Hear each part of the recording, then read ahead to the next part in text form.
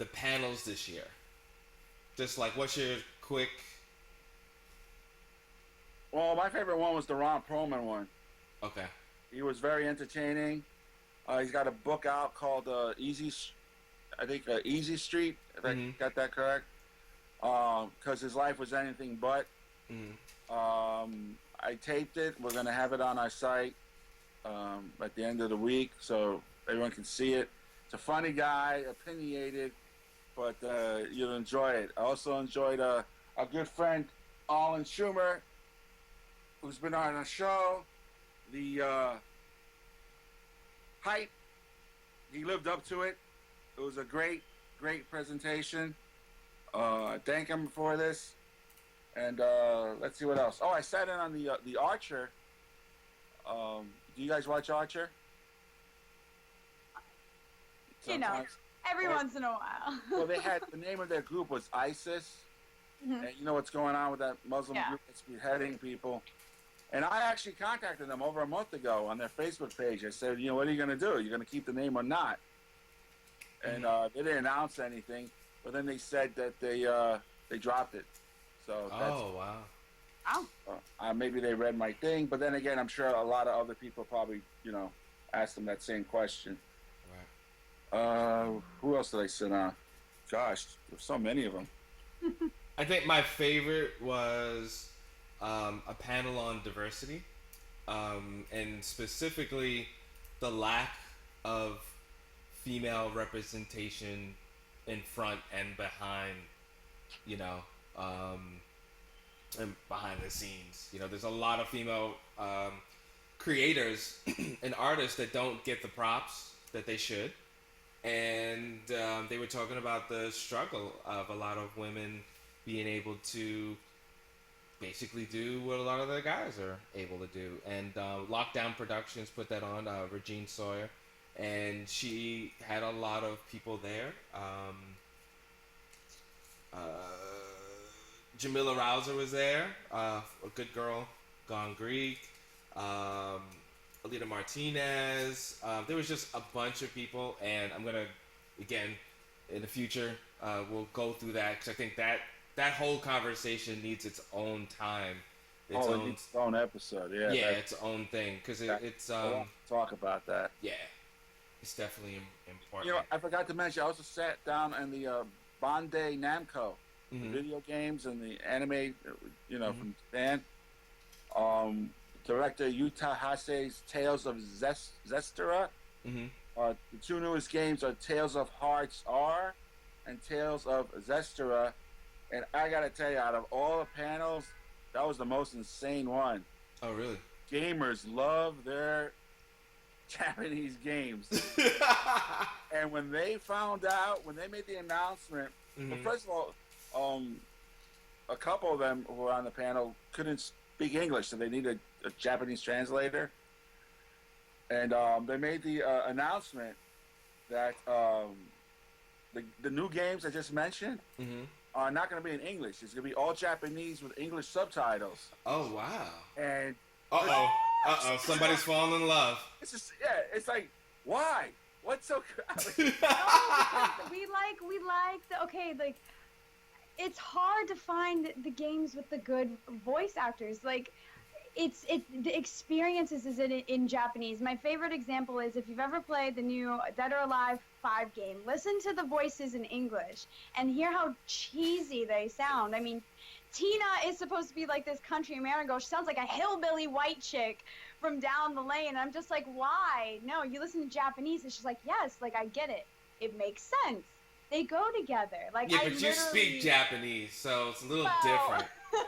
Exactly. Even the people who don't speak Japanese, I mean, people prefer watching animes in Japanese than dubbed versions. Like, it's hard to get good. I mean, Funimation is probably one of the few dubbing people that can get the good actors. You watch anything else, and it's just like, oh, this is a little like 4-year-old playing a grown man. So then or, maybe like we Joey should do from it. Yu-Gi-Oh! Like, please tell me. That's just one prime example. Joey from Yu-Gi-Oh! Like. Oh, I'm glad you got Crystal on the show. Let's just say that. Yeah. My kids are going, yeah, she's right. I don't even hear She gets it right. She gets it All I know right. is I gotta tell you two and everybody out there, they all went nuts.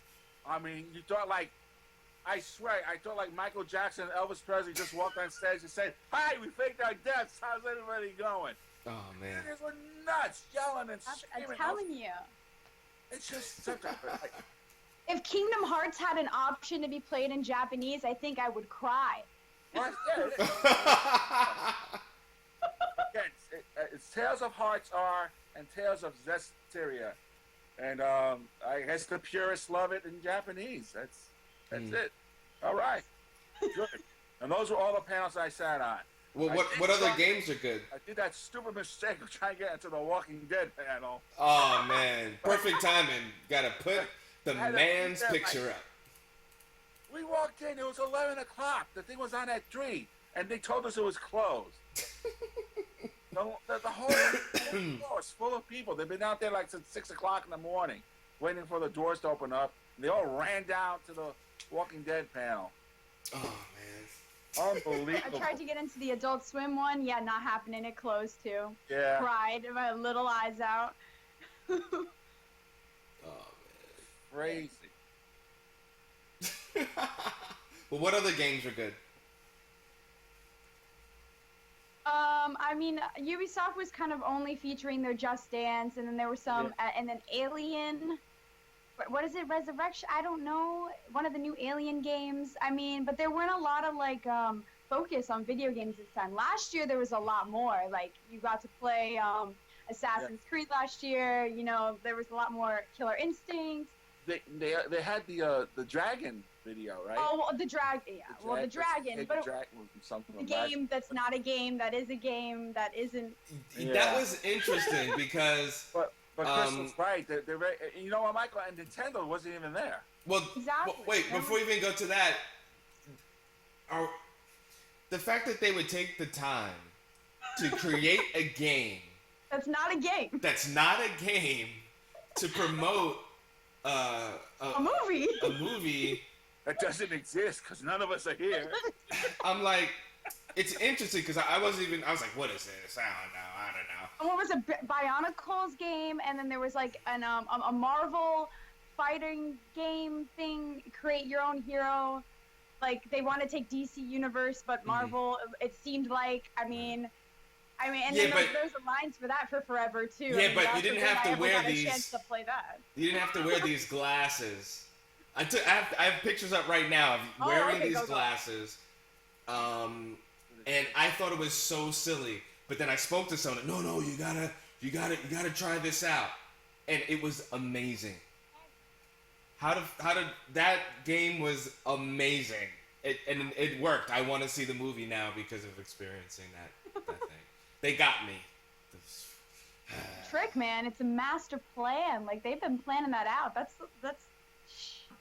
They did a good job. Oh man! Oh, one of the best cosplays, by the way, random, was Blank Man. I don't think anybody ever did that before. At least I haven't seen it before.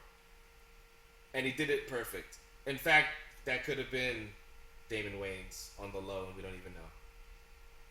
That's how good it looked. You gotta be careful with some of them. I know that Doctor Who, Matt Smith. He was at a Comic-Con. What did he have on his head? Matt Smith? He had the Bart Simpson. He had a Bart Simpson mask on. Walked up and down Comic-Con. Here's Matt Smith, Doctor Who, and no one recognized him. Of course, he's got the mask on, you know? Wow. Yeah, you never know who's going to pop up. That's true. That's one of the fun things about that. And I met Yaya, too. Chris, I was sitting around. There she was. I was like, oh, my God. And we had a cosplayer on. I don't know if you can catch one of our previous shows. Carla, she's known as Mistress Mischief. She's always dressed as Loki. Yeah. She's of course another cosplayer like you, and she's a big fan of Yaya too. Yeah, it was good to see her. It was good to see her there. That was great. I mean, all of my favorite like female cosplayers. You got Victoria Black and Bria Bree, who usually does Catwoman, but she did like Cammy this year, and also there was great Harley Quinns, Kitty Young. She's fantastic. Like they are all just great, and Like, just so many different interpretations this year. Like, not just, you never saw the exact same costume. I mean, last year I saw a lot of like copycats, but this year, like, there was just different versions of everything. That was pretty awesome. It was pretty awesome. I still can't get over that Mojo Jojo.